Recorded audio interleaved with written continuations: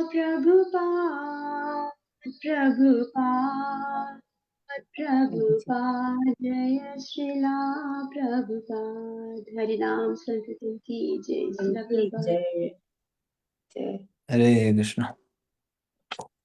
ओम अज्ञानतिमिरन्धस्य ज्ञानाञ्जनशलाकया चक्षुरुन्मिलितं येन तस्मै श्रीगुरवे नमः।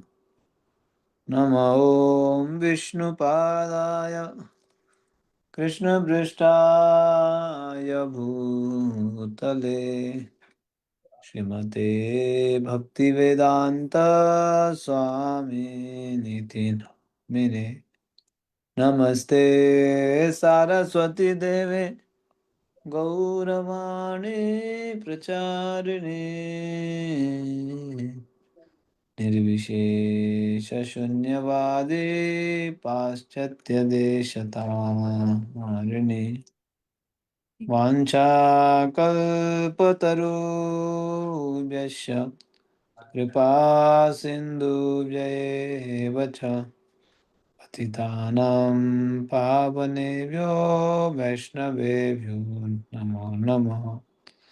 जय श्री कृष्ण चैतन्य प्रभु नित्यानंद श्री अद्वैत गदाधर शिवासादि गौर भक्तवृंद। हरे कृष्ण कृष्ण कृष्ण हरे हरे,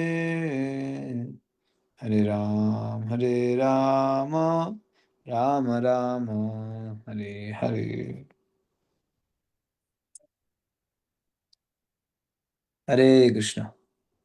तो आप सभी वैष्णव भक्तों का हार्दिक स्वागत है इस प्रति दिवस सत्संग कार्यक्रम में। आप सभी लोग समय निकाल के समय पे उपस्थित हुए हैं, धन्यवाद और स्वागत। नित्य प्रतिदिन हम लोग प्रयास कर रहे हैं कुछ श्रवण कीर्तन करने का, इस आशा को लेते हुए श्रवणादि शुद्ध चित्ते करोय उदय। श्रवण आदि शुद्ध चित्ते करोय उदय। श्रवण आदि करेंगे तो चित्त शुद्ध होगा बोल के आशा से लोग प्रयास कर रहे हैं। तो यस, प्रयास करते करते निश्चित रूप से सफल होगा, है ना। तो जरूर हमें प्रयास जारी रखना चाहिए। इसके लिए श्रवणादि शुद्ध चित्ते करोय उदय। तो प्रयास करते रहते हैं, जारी रखिएगा प्रयास। नित्य सिद्ध कृष्ण प्रेम साध्य कबू नाय, श्रवणादि शुद्ध चित्ते करोय उदय। क्या बोल रहे हैं? नित्य सिद्ध कृष्ण प्रेम। कृष्ण प्रेम नित्य रूप से है सबके प्रति, बस सिर्फ क्या करना है? श्रवणादि शुद्ध चित्ते करये उदय। बोल रहे श्रवण आदि करने से क्या हो जाएगा? चित्त शुद्ध होगा तो कृष्ण प्रेम उदित हो जाएगा। तो इसीलिए श्रवण को बहुत ही गंभीरता से लेना चाहिए। सुनना, पढ़ना, बोलना बहुत ही गंभीरता, बहुत ही गंभीरता। कब क्या होगा शरीर का पता नहीं चलेगा, है ना। शरीर कब जवाब दे देगा पता ही नहीं चलेगा ये शरीर। तो इसीलिए क्या करें, इसको हमेशा गंभीरता से ले इस श्रवण कार्यक्रम को। यस, रानी गुंडीजा माता जी। हरे कृष्णा प्रभु जी, दंडवत प्रणाम। हरे आज कृष्ण। सुबह जपा टॉक में हैदराबाद से सीताराम प्रभु जी ने प्रभुपाद के बारे में बहुत कुछ अच्छा बोल दिया। तो अच्छा। सुनने में बहुत रुचि आ गई। आपके ये प्रभुपाद हाँ लीलामृत हाँ पढ़ने हाँ। से यस रुचि हो यस गई ना, तो समझ में आता यस है। यस हरे यस। कृष्ण। या सुबह लीलामृत के बारे में बोल रहे थे ना, प्रभुपाद के हाँ बारे में भी, प्लस लीलामृत के बारे में बोल रहे थे। दो ग्रंथ हैं, लीलामृत और प्रभुपाद के ग्रंथ, और कुछ बता रहे थे, है ना।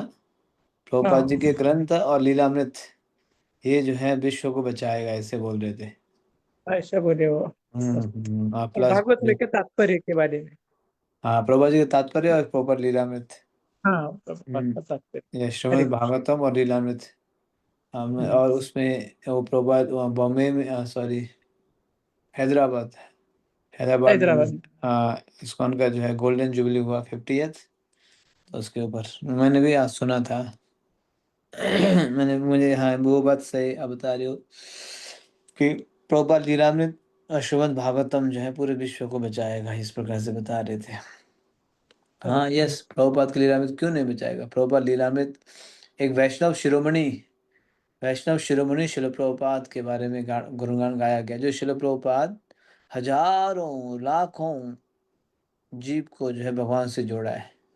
हजारों करोड़ों जीवों को शिल प्रभुपाद ने जो है भगवान श्री कृष्ण से जोड़ा है। तो फिर उनका जो है उनके बारे में या उनसे संबंधित विषय पुस्तक क्यों विश्व को नहीं बचाएगा, जरूर बचाएगा। ऐसे शुद्ध भक्तों के बारे में सुनना है ना। कृष्ण तो तुम्हार कृष्ण जीते पार, তোমারা শক্তি আছে, আমি তো কাঙ্গাল কৃষ্ণ কৃষ্ণ বলি, তাই তব पाछे पाछे। क्या बोल रहे हैं? हे वैष्णव ठाकुर, कृष्ण तो आपके हैं, कृष्ण तो तुम्हार कृष्ण जीते पार। आप कृष्ण को दे सकते हैं, इसलिए हम क्या कर रहे हैं, थाई तब पाछे पाछे, हम आपके पीछे पीछे भाग रहे हैं ना, पीछे पीछे।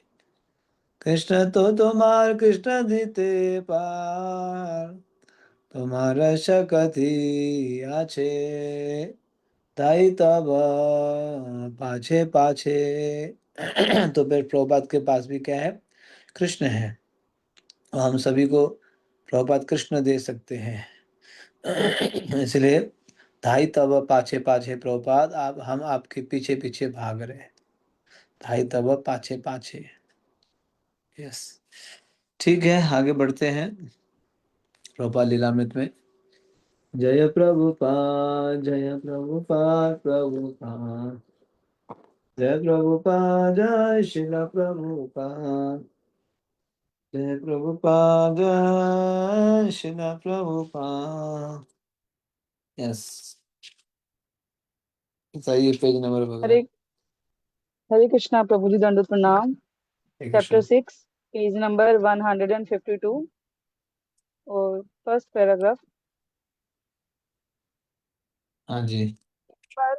एक बार कलकत्ता जाने पर अभय अपने ससुर के घर पर रुके, जहां उन्हें उनके अपने कमरे में ठहराया गया। जब उनकी पत्नी ने भोजन परोसा तो उन्होंने देखा कि चीज। हाँ हरि बोल, आवाज ठीक से हो करो, हरि बोल। जब हरे उनके पत्नी, कृष्णा प्रभु जी।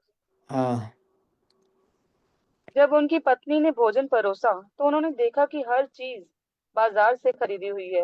उन्होंने पूछा, ये सब क्या है? राधा रानी ने उत्तर दिया, आज रसोइया बीमार है।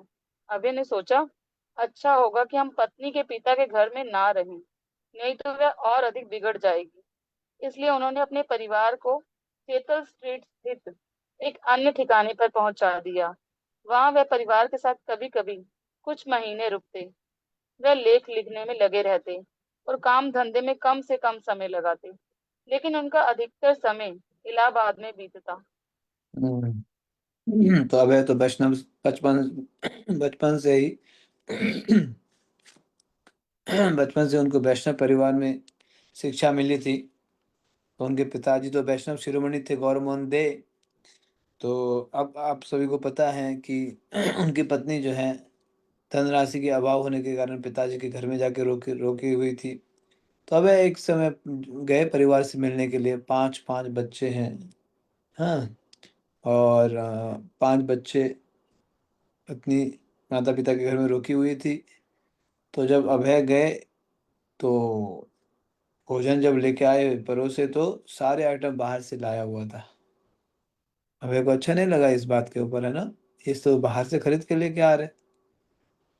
तो फिर उन्होंने उसी समय निर्णय लिया, नहीं इनको तो ऑलरेडी ये भक्ति में नहीं जोड़े हैं, ज़्यादा अगर ध्यान रख देंगे तो और बिगड़ जाएंगे, इनको अपने घर उससे अलग से शिफ्ट करते हैं। तो फिर अभय ने उनको चेतल स्ट्रीट स्थित एक और किसी ठिकाने पर पहुंचा दिया। शिफ्ट कर दिया, देखा। और अब वह फिर बीच बीच में आते थे, अधिकता वो लिखने में व्यस्त होते थे, लिखने में थे। परिवार उनका था, 5 बच्चे थे, लेकिन वो तो सेवा में व्यस्त रहते थे। अब है किसमें, सेवा में, ये है। हाँ, डिटैच थे, डिटैच। दूसरा यहाँ तो ये शिक्षा भी मिल रहा है कि बाहर से भक्तों को नहीं खाना चाहिए, देखा। स्पेशली दीक्षित भक्तों को बाहर से नहीं खाना चाहिए, हमें केवल अपने हाथ से बना के भोग लगा के खाना चाहिए। बाहर का तो भोग लग ही नहीं सकता है, जो कुक्ड आइटम है वो भोग नहीं लग सकता है। तो इसलिए भक्तों को क्या करना चाहिए, अपने हाथ से कुकिंग के बाद भगवान को भोग लगाना चाहिए, बाहर से नहीं। कई सारे भक्त भक्ति माने कैजुअली बाहर से खा लेते हैं, या कभी जो है पार्टी में, कभी शादी में, कभी जो है इस प्रोग्राम में, कभी उस प्रोग्राम में। भक्त अब भक्त द्वारा बनाया हुआ ठीक है, भक्त अभक्त द्वारा बनाया हुआ हम नहीं खा सकते। ठेले वाले, हलवाई, कई सारे लोग होते हैं, तो हम उनमें जो उनसे रेस्टोरेंट, क्या बोलते हैं, मॉल, पिज्ज़ा हट, क्या क्या होता है ना।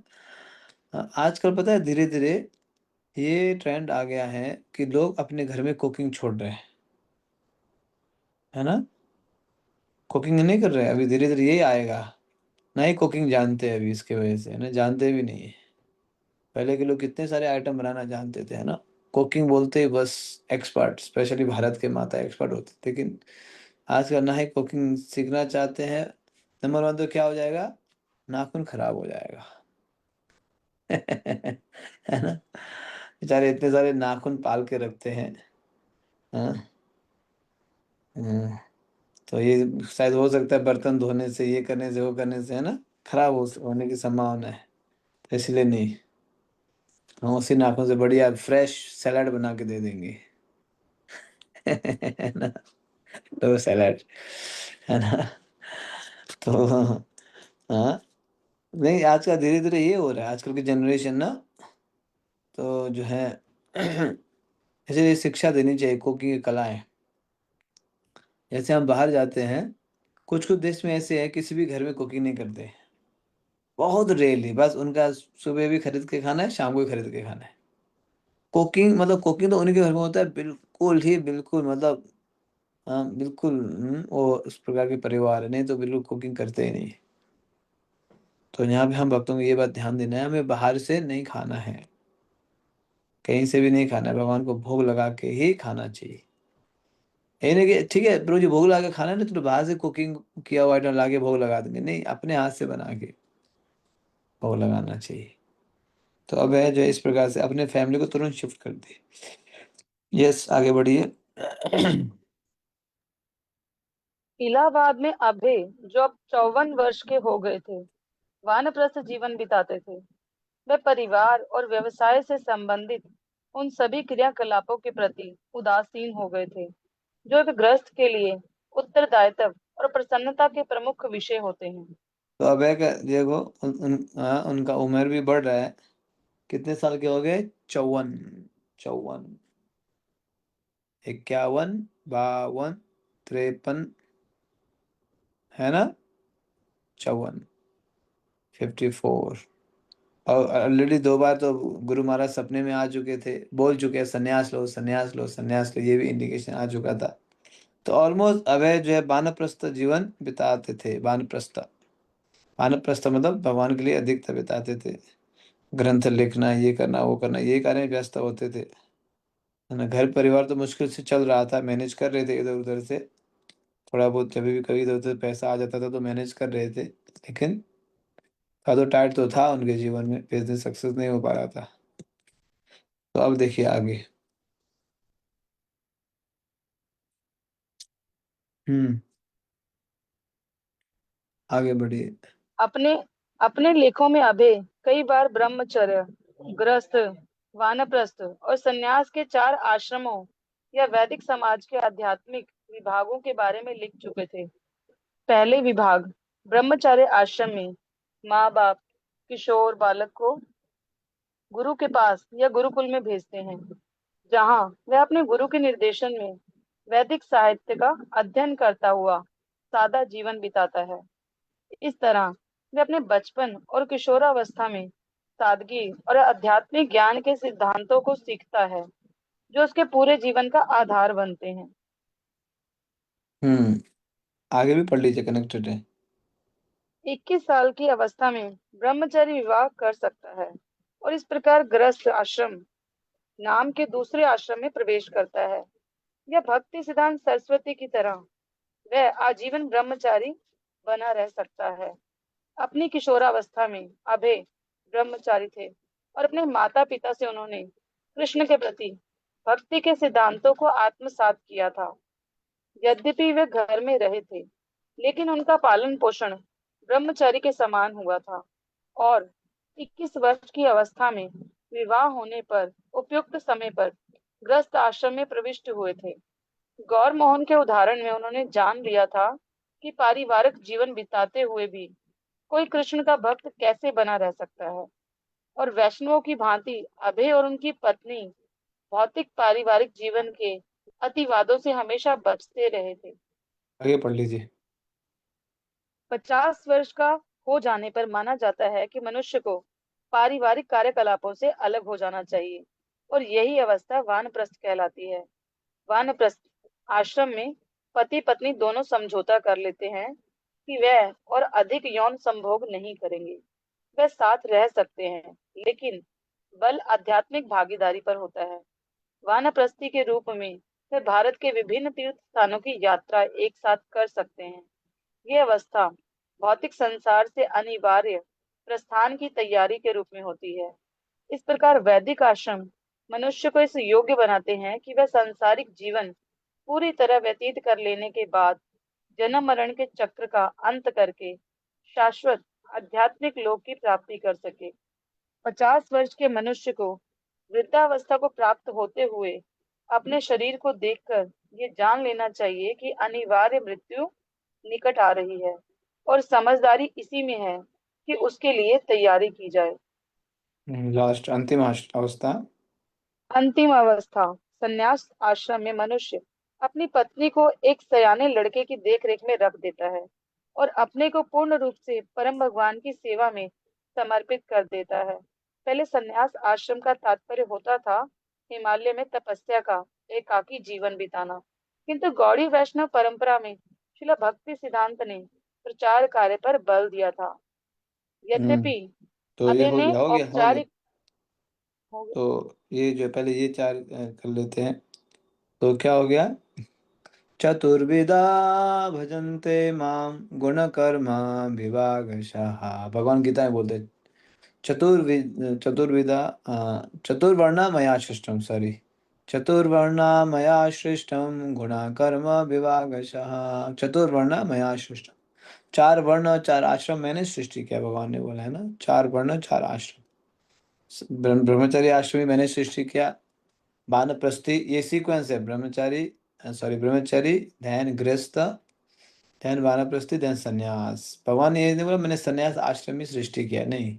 चतुर्वर्णमया सृष्टम गुण कर्मा विभागशः, बोले 4 वर्ण आश्रम मैंने सृष्टि किए। तो हाँ बस, लेकिन 4 आश्रम का नियम पता होना चाहिए। तो ब्रह्मचारी कब तक के लिए है? 25 साल तक। 25 साल तक, 5 साल के उम्र से लेके 25 साल की उम्र तक ब्रह्मचारी है। हाँ, तो अभय का भी थे तो घर में अभय, लेकिन वो भी लगभग ब्रह्मचारी जैसे ही थे। घर में माता पिता ने बहुत ही बढ़िया से पालन पोषण किए थे, शिक्षा दिए थे, है ना। He was as good as brahmachari, है ना, ब्रह्मचारी जैसे ही थे अभय। तो फिर लेकिन उनकी 21 साल में विवाह हो गई। तो ब्रह्मचर्य आश्रम भी वैसे ही है कि हमें 25 साल तक आप ब्रह्मचर्य आश्रम में रह सकते हैं। 25 साल के बाद 2 ऑप्शन है, या तो 25 साल के बाद गुरु से अनुमति लेके आप गृहस्थ आश्रम में जा सकते हैं, नहीं तो फिर आप पूरा सीधा ब्रह्मचारी से संन्यास। नैष्ठिक ब्रह्मचारी, नैष्ठिक जीवन भर ब्रह्मचारी। ब्रह्मचारी मतलब ब्रह्मेण चरति, भगवान में चरते हैं, भगवान के बारे में सोचना, बोलना, ये स्मरण करना, ये है ब्रह्मचारी। तो अब वह जो है इस प्रकार से पहले आश्रम में रहे, फिर उसके गृहस्थ आश्रम में भी गए। 25 से लेके कब तक है गृहस्थ आश्रम? 50 साल तक। 50, ध्यान रखिएगा, 50 जीवन भर के लिए नहीं, गृहस्थ आश्रम 50 साल तक। गृहस्थ आश्रम is only for 25 years, right. लेकिन वो गृहस्थ आश्रम में रहते हुए कहीं से नियम पालन करना पड़ता है। फिर ये सेकंड वाला आश्रम है गृहस्थ आश्रम 50। फिर 50 साल होते ही 51 52 वानप्रस्थी आश्रम। हम्म, वानप्रस्थी मतलब यहाँ बताया गया है कि आप पति पत्नी है साथ में, लेकिन केवल सेवा के लिए धाम यात्रा करेंगे, सेवा करेंगे, है ना। उसमें कोई जो है पति पत्नी जो है अपनी इंद्रिय तृप्ति के लिए नहीं, सेवा साधना के लिए एक दूसरे को साथ देंगे। ये है 50 साल तक। अब 50 साल के बाद ये होता है, तो उसके बाद जो है लास्ट में फिर संन्यास। संन्यास मतलब नहीं, अभी तो साथ में भी ट्रैवलिंग नहीं करेंगे। और उसकी पत्नी को जो है अपने पुत्र पुत्री के अधीन में सौंप के फिर वो पूर्ण रूप से संन्यास ले लेते हैं। तो इसको बोलते हैं 4 वर्ण 4 आश्रम। गौड़िया फिर संन्यास लास्ट वाला आता है। पहले संन्यास आश्रम का तात्पर्य होता था हिमालय में तपस्या का एकाकी जीवन बिताना। पहले लोग सोचते थे तपस्या संन्यास मतलब अकेले हिमालय में जाके बिताना, लेकिन हमारे गौड़िया वैष्णव परंपरा में संन्यास मतलब प्रचार प्रसार, है ना। प्रचार कार्य पर बल दिया था, ये है संन्यास। तो इस प्रकार से ये 4 वर्ण 4 आश्रम। अभय का भी ऐसे आया, अभय ब्रह्मचारी थे, फिर गृहस्थ बने, अब वानप्रस्थ बन चुके हैं ना। सीक्वेंस वही है ना, वानप्रस्थ, बस संन्यास वाला रह गया। देखा। यस, शशि माता जी। हरे कृष्ण प्रभु जी, धन्यवाद प्रणाम। हरे कृष्ण। प्रभु जी, संन्यास आश्रम कौन सी उम्र पे लेना चाहिए? संन्यास आश्रम देखो 50 साल के बाद तो वानप्रस्थी होता है ना, वानप्रस्थी हो जाता है। फिर उसके बाद फिर वो साधक के ऊपर डिपेंड करता है, साधक कितना सीरियस है, कितना गंभीर हो गया है। अगर वो सीरियस हो गया तो जितना जल्दी हो सके उतना जल्दी ले सकते हैं, लेकिन थोड़ा सा टाइम लग रहा है तो फिर उस साधक के ऊपर डिपेंड करता है ना।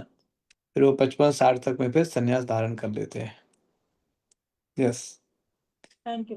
हरे कृष्ण। आगे बढ़िए।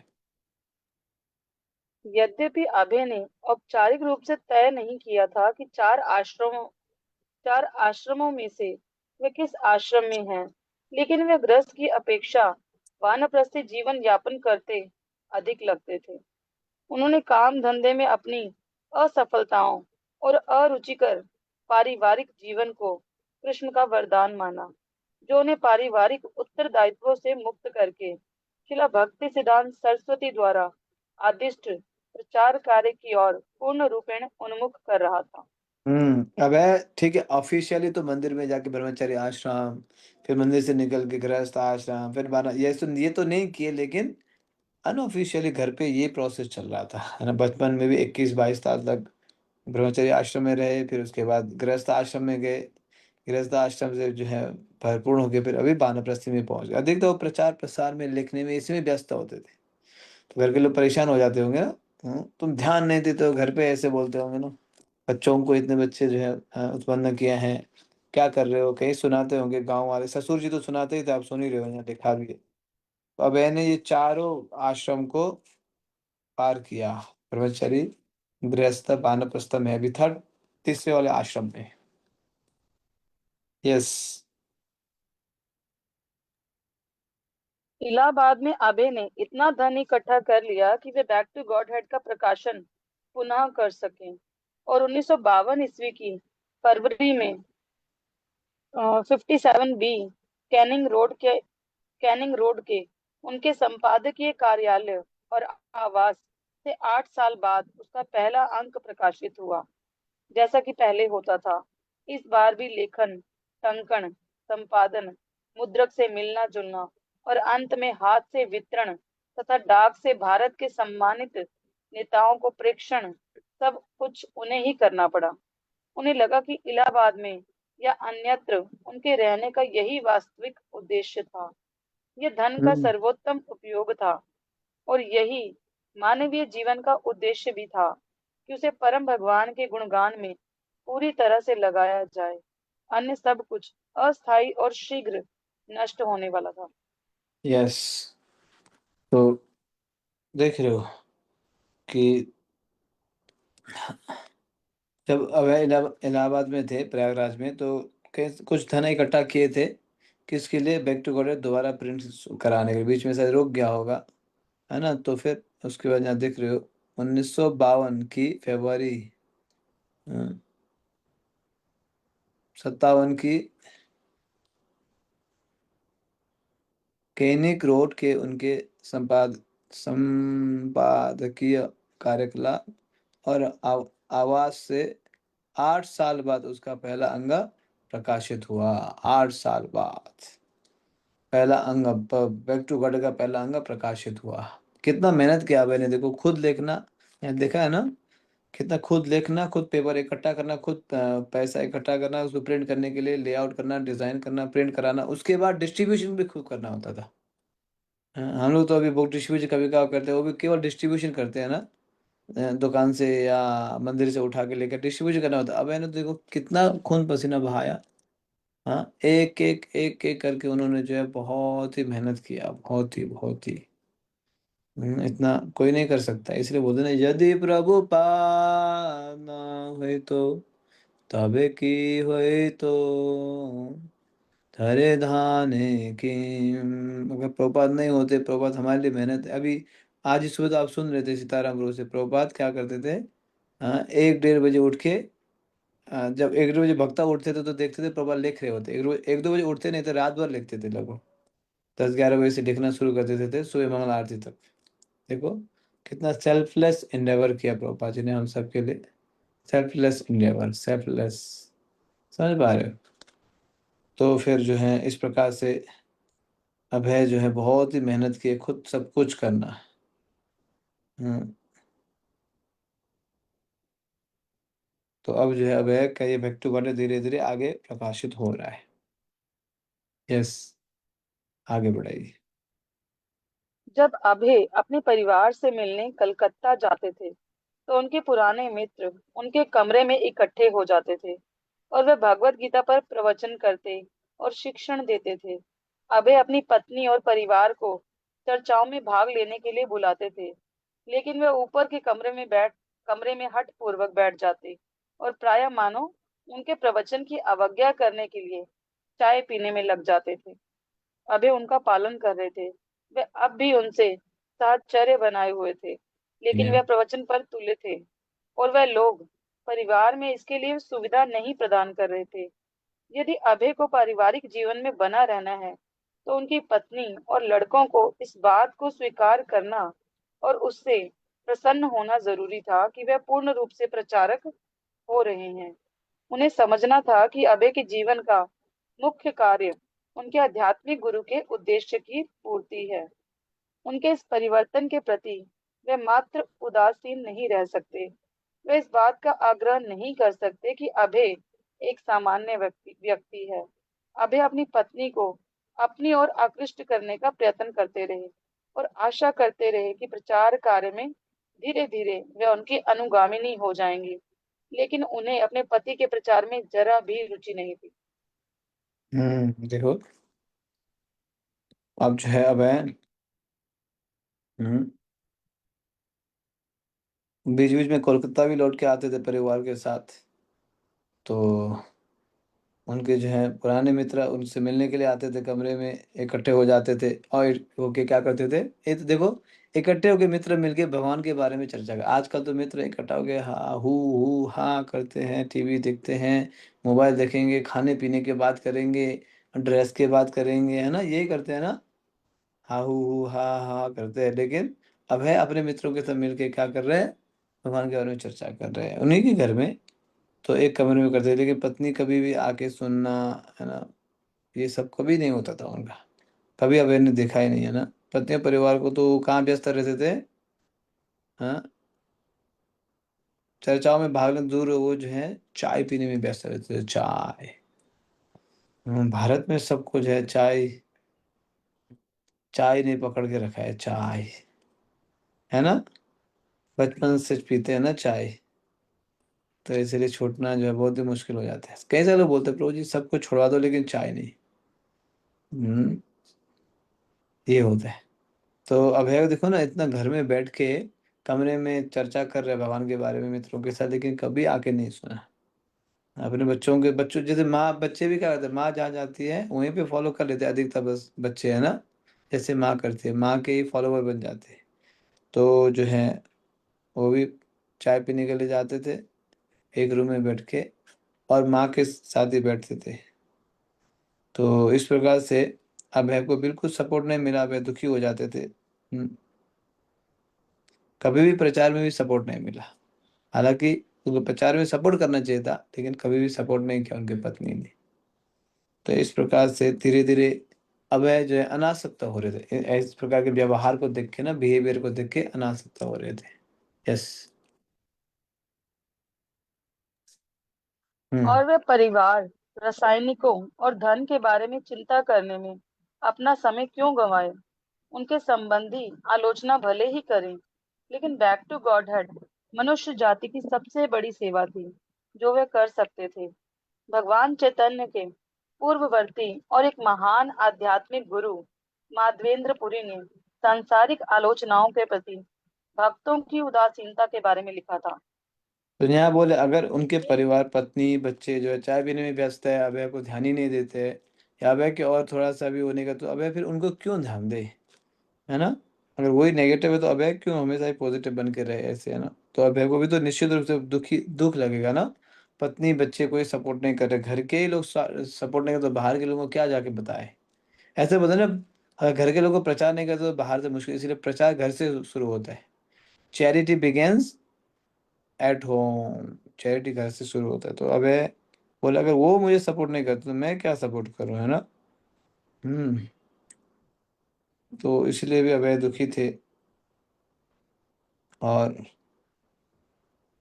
इसलिए अब उनके जो है संबंधी आलोचना भले ही करे, लेकिन बैक टू गॉड मनुष्य जाति की सबसे बड़ी सेवा थी जो वे कर रहे थे, कर सकते थे। घर वाले या ससुराल वाले तो ऑब्जेक्शन कर रहे थे, कई सुना भी रहे थे, लेकिन अभय ने जो है उनके गोल में फिक्स रहे। नहीं, मुझे जो है एक वानप्रस्थी की तरह रह के प्रचार प्रसार में व्यस्त रहना है, बैक टू गॉड लिखना है, पुस्तक लिखना है, इसमें व्यस्त रहता। यस। हे देवताओं और पूर्वजों, मुझे क्षमा करना। आपकी प्रसन्नता के लिए और अधिक भेंट चढ़ाने में मैं असमर्थ हूँ। अब मैंने निश्चय कर लिया है कि यदु के महान वंशज और कंस के महान शत्रु भगवान कृष्ण को सर्वत्र और सदैव स्मरण मात्र करके पापों की प्रतिक्रियाओं से मैं अपने आप को स्वतंत्र करूं। मैं समझता हूँ मेरे लिए यही पर्याप्त है, इसलिए और अधिक प्रयत्नों से क्या लाभ। तो अभय बोल रहे हैं, हे पूर्वज, देवताओं इत्यादि इत्यादि, मुझे आप लोग क्षमा करना कि मेरे पास अभी क्षमता नहीं है। क्या क्षमता नहीं है? अधिक भेंट चढ़ाने में मैं असमर्थ हूँ। ऐसे नहीं कि नहीं है तो जबरदस्ती चढ़ाना ही है, ऐसे नहीं है, तो हम चढ़ा सकते हैं, भगवान ने जिस प्रकार से किया है ना, या जितना हमारे पास है, जितना हमारे पास हम बेस्ट ऑफर कर सकते हैं वही बेस्ट है। हमारे कैपेसिटी के हिसाब से जितना हम दे सकते हैं वो बेस्ट है। ठीक है? तो अभी उनके पास तो धनराशि इतनी नहीं थी, तो क्षमा मांग रहे कि मैं इतना भेंट नहीं चढ़ा सकता हूँ, है ना? लेकिन ये तो जरूर है कि मैं क्या कर सकता हूँ, महान शत्रु कृष्ण और कंस के महान शत्रु भगवान कृष्ण को सर्वत्र और सदैव स्मरण मात्र करके पापों की प्रतिक्रियाओं से मैं अपने आप को स्वतंत्र करूं। भगवान का स्मरण करके हम क्या करें, इन पापों से मुक्त हो जाए। मैं समझता हूँ कि मेरे लिए यही पर्याप्त है, इसलिए और अधिक प्रयत्नों से क्या लाभ। बस जो मुझे मेरे पास है मैं इससे संतुष्ट रहूं, और प्रयास से क्या लाभ, मैं भगवान की सेवा में लग जाऊं। यस माता जी। तीव्र हरे बुद्धि कृष्ण वाले प्रभु जी। नैतिक। नहीं नहीं, एक मिनट, रानी गुंडीचा माता जी। हरे कृष्ण प्रभु जी, ये जो है ना, ये माधवेंद्र पुरी का कोट है। अच्छा, माधवी को उदाहरण दिए थे ना? हाँ, ये जो हाँ बोल रहे हैं ना, ये माधवेंद्र पुरी को बोल रहे हैं। हाँ, यस यस, माधवेंद्रपुरी का कोट किया गया है। यस, हम्म। माधवेंद्र, हाँ, सही बोल रहे हैं। यस, यहाँ भी माधवेंद्रपुरी का कोट किया गया है कि माधवेंद्रपुरी बोले मेरे पास यहाँ सभी को क्षमा मांग रहे Madhavendrapuri. Yes, thank you thank you. Yes माता जी, आगे पढ़िए।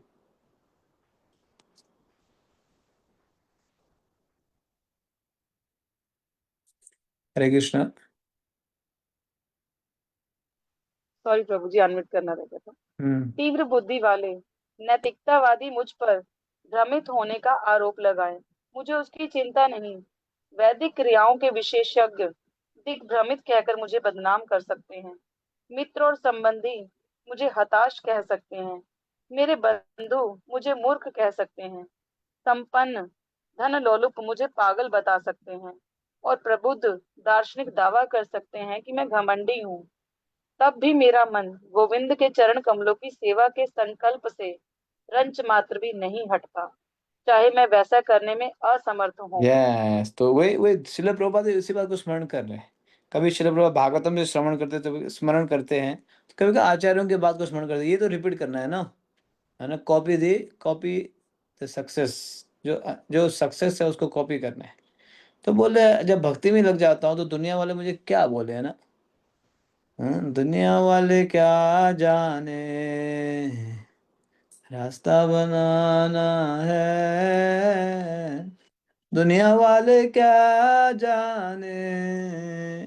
दुनिया वाले तो ऐसे ही बोलते रहेंगे, क्या बोलेंगे। हम्म भ्रमित होने का आरोप लगाएंगे। कौन? नैतिकतावादी लोग। ये भ्रमित हो गया है, आरोप लगाते रहेंगे, आरोप एक आरोप है दूसरा आरोप लगाते रहेंगे। लेकिन मुझे उनकी चिंता नहीं। झूठ आरोप का क्या चिंता। हाँ? और दूसरे लोग जो वैदिक क्रियाओं के विशेषज्ञ दिग्भ्रमित कहकर मुझे बदनाम कर सकते हैं। हाँ? क्या बोल के? दिग्भ्रमित, दिग्विजय नहीं, दिग्भ्रमित, है ना।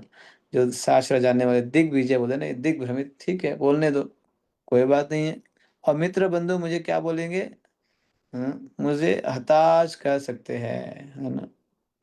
और मेरे बंधु मुझे मूर्ख कह सकते हैं। देखो ये मूर्ख घर परिवार को नहीं देखता है, या ये छोड़ दिया वो छोड़ दिया, बोल नहीं तो कोई बात नहीं, है ना। और कुछ तो मुझे जो है पागल बता सकते हैं, जो संपन्न धन लोलुप मुझे पागल बोल सकते हैं। और प्रबुद्ध दार्शनिक दावा कर सकता है कि मैं घमंडी हूँ। जो भी लोग बोले बोलने दो, जो भी लोग बोलना चाहे बोलने दो, कोई बात नहीं। लेकिन मेरा मन तो कहाँ रहेगा? गोविंद के चरण कमलों की सेवा के संलग्न से रंच मात्र भी नहीं हटता। बस गोविंद के सेवा में रहेगा मेरा मन। दुनिया के लोग बस बोलना ही होता है, सोच, है ना, ऐसे नहीं, ऐसे बोल दो बस, नहीं बोल दो। लेकिन दो भी बोले दुनिया वाले, लेकिन मुझे तो अपना रास्ता बनाना है। दीपा माता जी।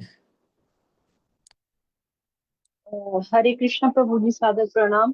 प्रभु जी, जी। ये जो कोट हमने पढ़ा था ना माधवेंद्रपुरी का, तो इसको पढ़ने के बाद जहां तक मेरे को ऐसा अपना समझ में आया था, आप बताइए कि ये सही होगा कि गलती। जैसे माधवेंद्रपुरी ने बोला है कि ओ गौर देवताओं और पूर्वजों, मुझे क्षमा करना, आपकी प्रसन्नता के लिए और अधिक भेंट चढ़ाने में मैं असमर्थ हूँ।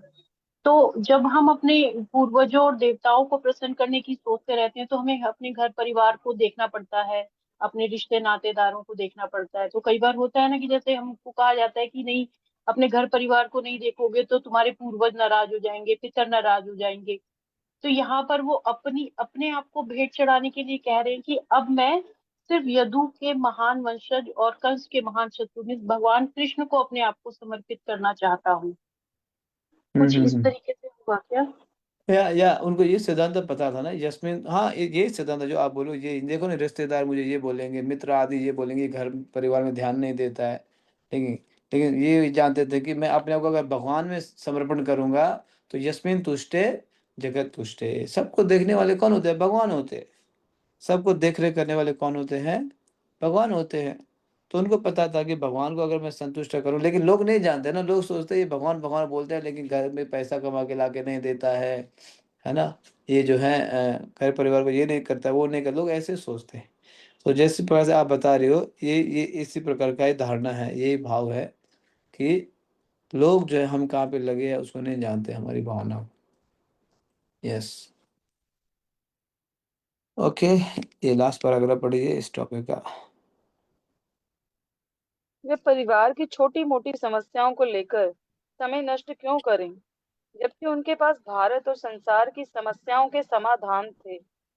भगवत गीता का ज्ञाता होने के रूप में उन्होंने सोचा कि उनका पहला दायित्व युद्ध, भूखमरी, अनैतिकता, अपराध जन्य विकट संकटों के समाधान देना था, जो सभी नास्तिकता के लक्षण थे।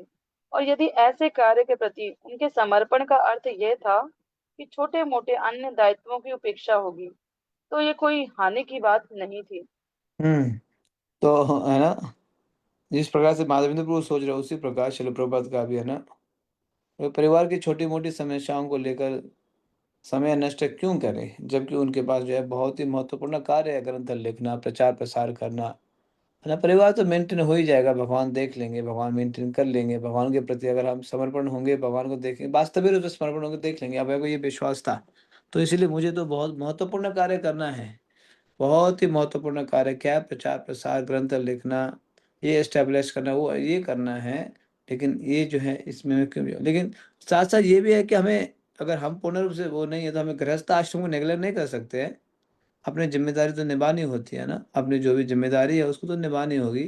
लेकिन जो एडवांस है वो जानते हैं वास्तव में देख रेख करने वाले कौन है? भगवान है ना, भगवान है, वो इस बात को जानते हैं।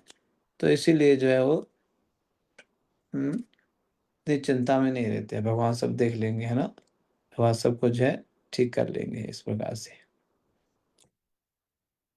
यस, रानी गुंडीचा माता जी।